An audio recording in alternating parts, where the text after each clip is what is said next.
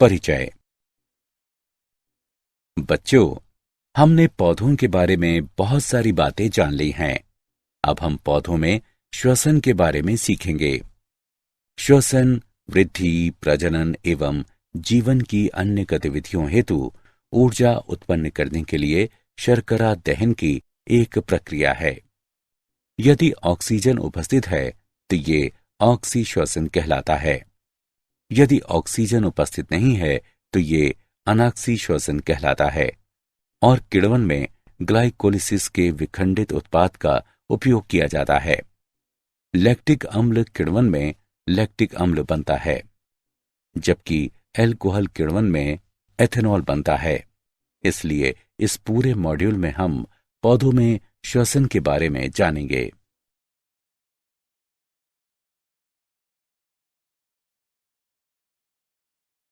उद्देश्य।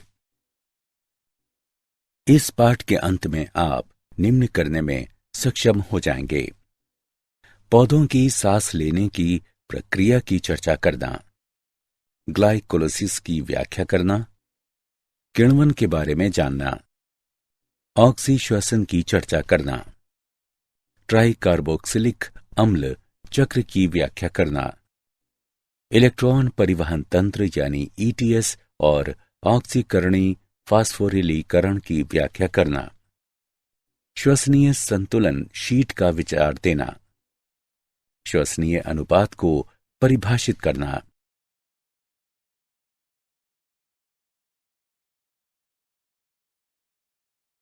क्या पादप सांस लेते हैं?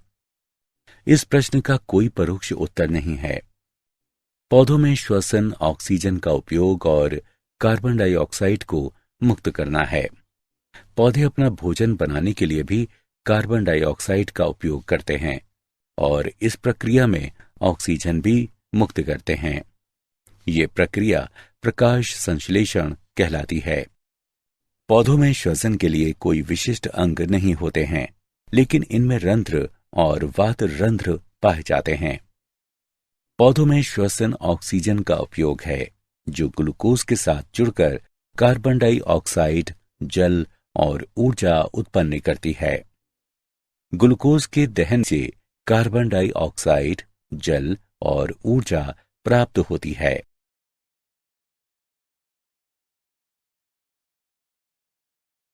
ग्लाइकोलिसिस। ग्लाइकोलिसिस के दौरान एक ग्लूकोज अणु पायरुविक अम्ल में टूट जाता है और एटीपी के रूप में ऊर्जा मुक्त करता है। ग्लाइकोलिसिस के चरण। ग्लूकोज हेक्सोकाइनेज एंजाइम की उपस्थिति में एटीपी द्वारा ग्लूकोज 6 फॉस्फेट में फॉस्फरीकृत हो जाता है। इस अभिक्रिया में एक एटीपी का उपयोग किया जाता है। ग्लूकोज 6 फॉस्फेट फॉस्फोग्लूकोज आइसोमेरेज एंजाइम की उपस्थिति में अपने समावयवी फ्रुक्टोज 6 फॉस्फेट में परिवर्तित हो जाता है। फ्रुक्टोज 6 फॉस्फेट फॉस्फोफ्रुक्टोकाइनेज एंजाइम की उपस्थिति में एटीपी द्वारा फॉस्फरीकृत हो जाता है। इस प्रकार फ्रुक्टोज 1,6 डाइफॉस्फेट बनता है और एटीपी के एक और अणु का उपभोग किया जाता है। अब फ्रुक्टोज 1,6 डाइफॉस्फेट एल्डोलेज एंजाइम की क्रिया द्वारा 3 कार्बन शर्कराओं डाइहाइड्रोऑक्सी एसीटोन फॉस्फेट यानी DHAP एवं 3 फॉस्फोग्लिसरल्डिहाइड यानी PGAL में 2 अणुओं में विभक्त हो जाता है। डाइहाइड्रोऑक्सी एसीटोन फॉस्फेट यानी DHAP ट्राइओस फॉस्फेट आइसोमरेज एंजाइम की क्रिया द्वारा PGAL में बदल जाता है। अब 3 फॉस्फोग्लिसरल्डिहाइड 3 बाइफॉस्फोग्लिसरेट में बदल जाता है और NAD+ से NADH+ H+ भी बनाता है। 3 बाइफॉस्फोग्लिसरेट अब 3 फॉस्फोग्लिसरिफ अम्ल में बदल जाता है और ये ADP से एटीपी भी उत्पन्न करता है। 3 फास्फोग्लिसरिक अम्ल 2 फास्फोग्लिसरेट में बदल जाता है और उसके बाद 2 फास्फोग्लिसरेट फास्फोइनोल पायरुवेट अम्ल में बदल जाता है तथा साथ ही जल मुक्त करता है और अंत में फास्फोइनोल पायरुवेट पायरुविक अम्ल में बदल जाता है और एडीपी से एटीपी भी उत्पन्न करता है।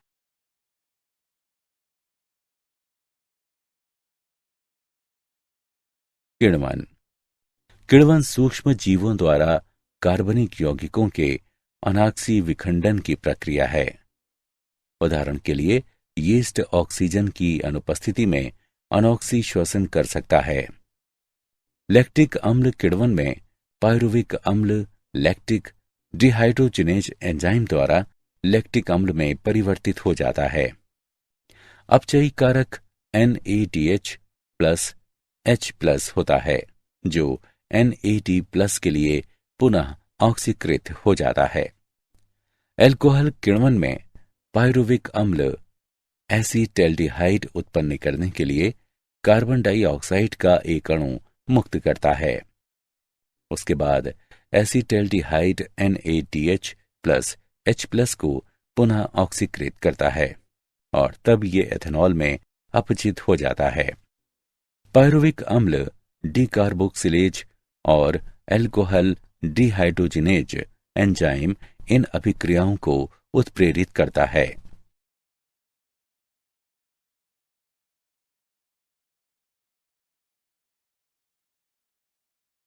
ऑक्सीश्वसन। ऑक्सीश्वसन में ऑक्सीजन की उपस्थिति में पायरुविक अम्ल कार्बन डाइऑक्साइड और जल में पूरी तरह से ऑक्सीकृत हो जाता है। ऑक्सी दशाओं में पायरुविक अम्ल क्रेब्स चक्र के माध्यम से ऑक्सीकृत हो जाता है, लेकिन क्रेब्स चक्र में प्रवेश करने से पहले ये सूत्र कणिका अधात्री में प्रवेश करता है, जहां ये डीकार्बोक्सिलीकृत हो जाता है और कोएंजाइम ए के साथ जुड़कर एसिटल कोएंजाइम ए बनाता है।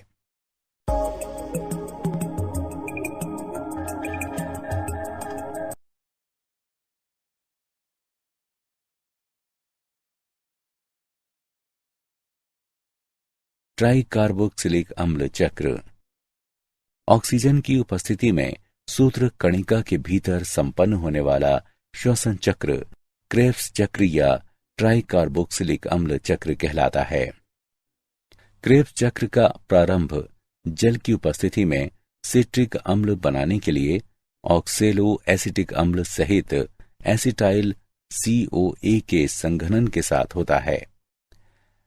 एकोनिटेस की उपस्थिति में सिट्रिक अम्ल सिस एकोनिटिक अम्ल में परिवर्तित हो जाता है और जल का एक अणु मुक्त होता है। सिस एकोनिटिक अम्ल जल के संयोजन के साथ एकोनिटेस एंजाइम की उपस्थिति में आइसोसिट्रिक अम्ल में परिवर्तित हो जाता है। अब आइसोसिट्रेट डिहाइड्रोजिनेज एंजाइम की उपस्थिति में ऑक्सेलो सक्सीनिक अम्ल बनाने के लिए आइसोसिट्रिक अम्ल से 2 हाइड्रोजन आयन अलग हो जाते हैं। इस दौरान NADH प्लस H+ के निर्माण के लिए ये हाइड्रोजन आयन NAD+ द्वारा ग्रहण किए जाते हैं। ऑक्सेलोसक्सीनिक अम्ल कार्बोक्सिलेज एंजाइम की उपस्थिति में डीकार्बोक्सिलीकृत होकर अल्फा कीटोग्लूटेरिक अम्ल बनाता है और कार्बन डाइऑक्साइड मुक्त होती है। अल्फा कीटोग्लूटेरिक अम्ल अल्फा कीटोग्लूटेरिक डिहाइड्रोजिनेज एंजाइम की उपस्थिति में कोएंजाइम ए के साथ अभिक्रिया करके सक्सिनाइल कोएंजाइम ए बनाता है।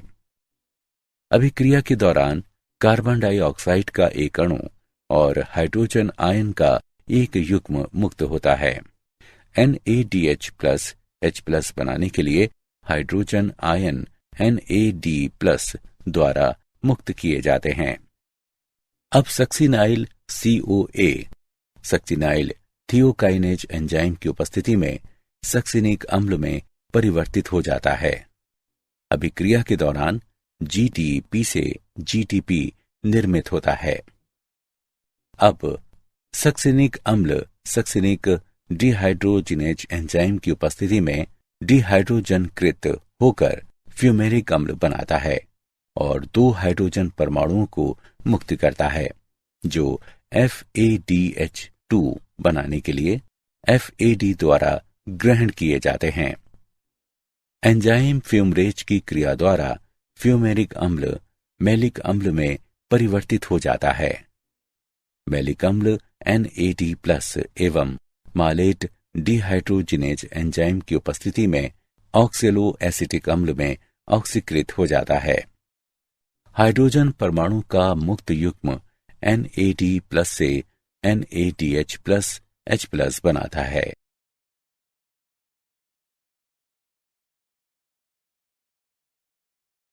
इलेक्ट्रॉन परिवहन तंत्र यानी ETS तथा ऑक्सीकरणी फास्फोरिलीकरण।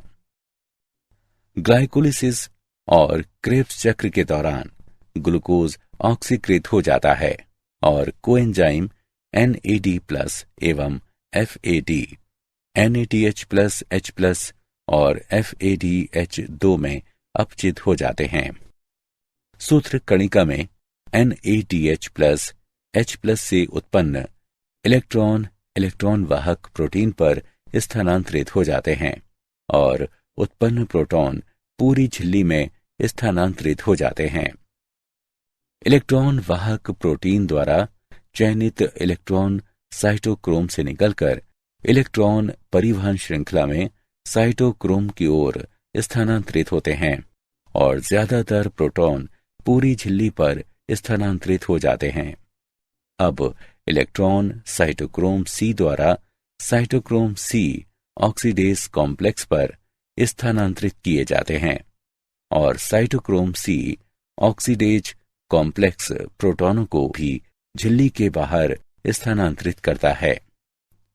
अब इलेक्ट्रॉन अंतस्थ इलेक्ट्रॉन ग्राही कहलाने वाली ऑक्सीजन तक स्थानांतरित किए जाते हैं और उत्पाद के रूप में जल बनता है। सूत्र कणिका की पूरी झिल्ली में प्रोटॉन का स्थानांतरण प्रोटॉन प्रवणता निर्मित करता है और प्रोटॉन जो एक विशिष्ट चैनल प्रोटीन के माध्यम से माइटोकॉन्ड्रियल अधात्री से पुनः प्रवेश करते हैं ATP सिंथेज कहलाते हैं। पुनः प्रवेश करने वाले प्रोटॉन ADP और फॉस्फेट से ATP संश्लेषित करते हैं। इस क्रियाविधि के माध्यम से ATP का निर्माण ऑक्सीकारी फास्फोरिलीकरण के रूप में जाना जाता है।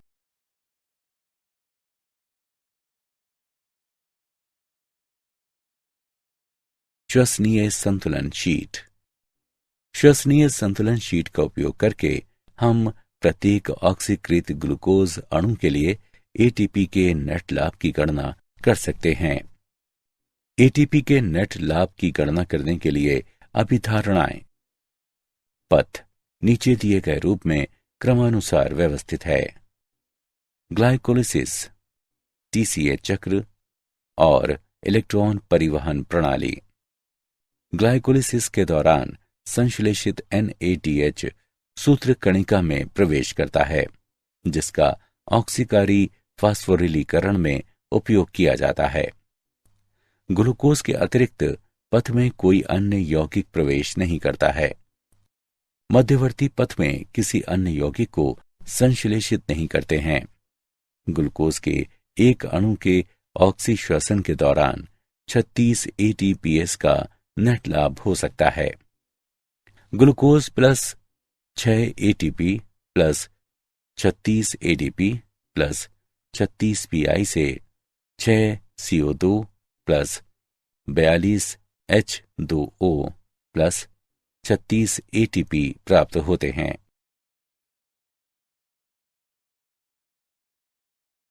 एम्फीबोलिक पथ। प्रायः कार्बोहाइड्रेट का उपयोग श्वसन की क्रियाधार के रूप में किया जाता है। श्वसन में प्रवेश करने से पहले कार्बोहाइड्रेट सबसे पहले ग्लूकोज में परिवर्तित होते हैं। अन्य क्रियाधार भी सांस ले सकते हैं, लेकिन वे पहले चरण में पथ में प्रवेश नहीं करते हैं। उदाहरण के लिए सबसे पहले वसा को ग्लिसरॉल और वसा अम्ल में विघटित होने की जरूरत होती है। वसा अम्ल को एसिटाइल CoA में विघटित होने की जरूरत होती है और उसके बाद वे पथ में प्रवेश कर सकते हैं। इसी तरह ग्लिसरॉल PgAl में परिवर्तित हो जाता है और उसके बाद वे पथ में प्रवेश कर सकते हैं। प्रोटीन में वे पहले अमीनो अम्लों और उसके बाद पायरुविक अम्ल में विघटित होते हैं और श्वसन पथ में प्रवेश करते हैं। अब जीव को वसा अम्लों को संश्लेषित करने की जरूरत होती है, तो पथ से एसिटाइल यानी CoA अलग हो जाता है। इसलिए यह सिद्ध होता है कि पथ अपचय और उपचय दोनों प्रक्रियाओं में शामिल होता है और इस कारण ये एम्फीबोलिक पथ के रूप में जाना जाता है।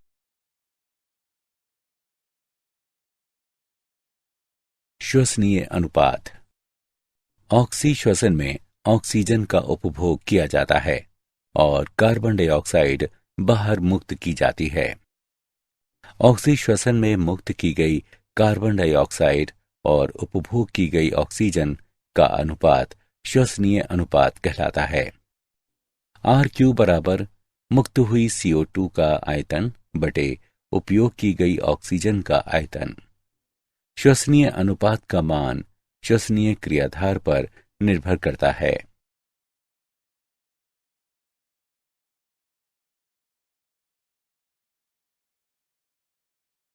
श्वसनीय अनुपात की गणना। कार्बोहाइड्रेट्स के लिए C6H12OH प्लस 6O2 से 6CO2 प्लस 6H2O प्राप्त होता है।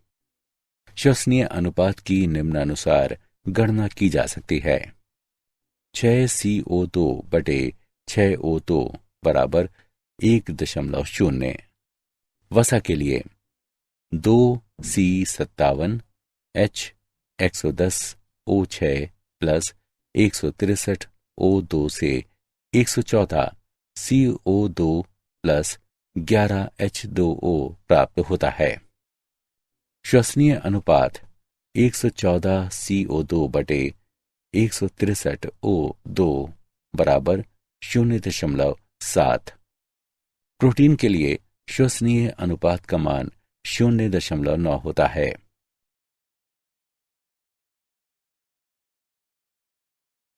क्या आप जानते हैं यीस्ट की 500 से अधिक प्रजातियां होती हैं।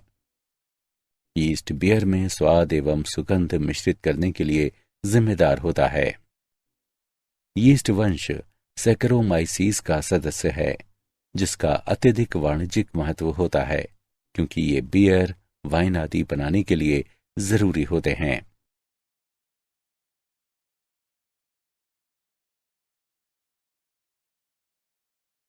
सारांश।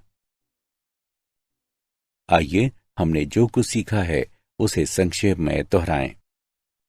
पौधों में श्वसन ऑक्सीजन का उपयोग है, जो ग्लूकोज के साथ जुड़कर कार्बन डाइऑक्साइड, जल और ऊर्जा उत्पन्न करती है।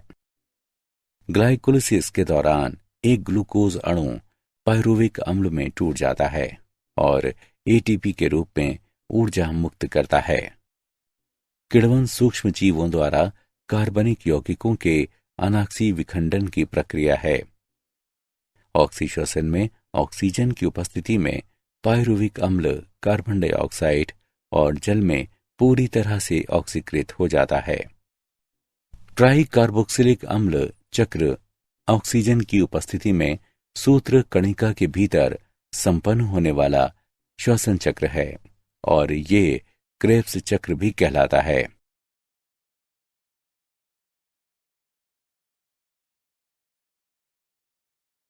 इलेक्ट्रॉन परिवहन प्रणाली के माध्यम से एटीपी का निर्माण ऑक्सीकारी फास्फोरिलीकरण कहलाता है। ग्लूकोज के एक अणु के ऑक्सी श्वसन के दौरान 36 एटीपीएस उत्पन्न होते हैं। श्वसन पथ एफिबोलिक पथ है। ऑक्सी श्वसन में मुक्त की गई कार्बन डाइऑक्साइड और उपभोग की गई ऑक्सीजन का अनुपात श्वसनीय अनुपात कहलाता है।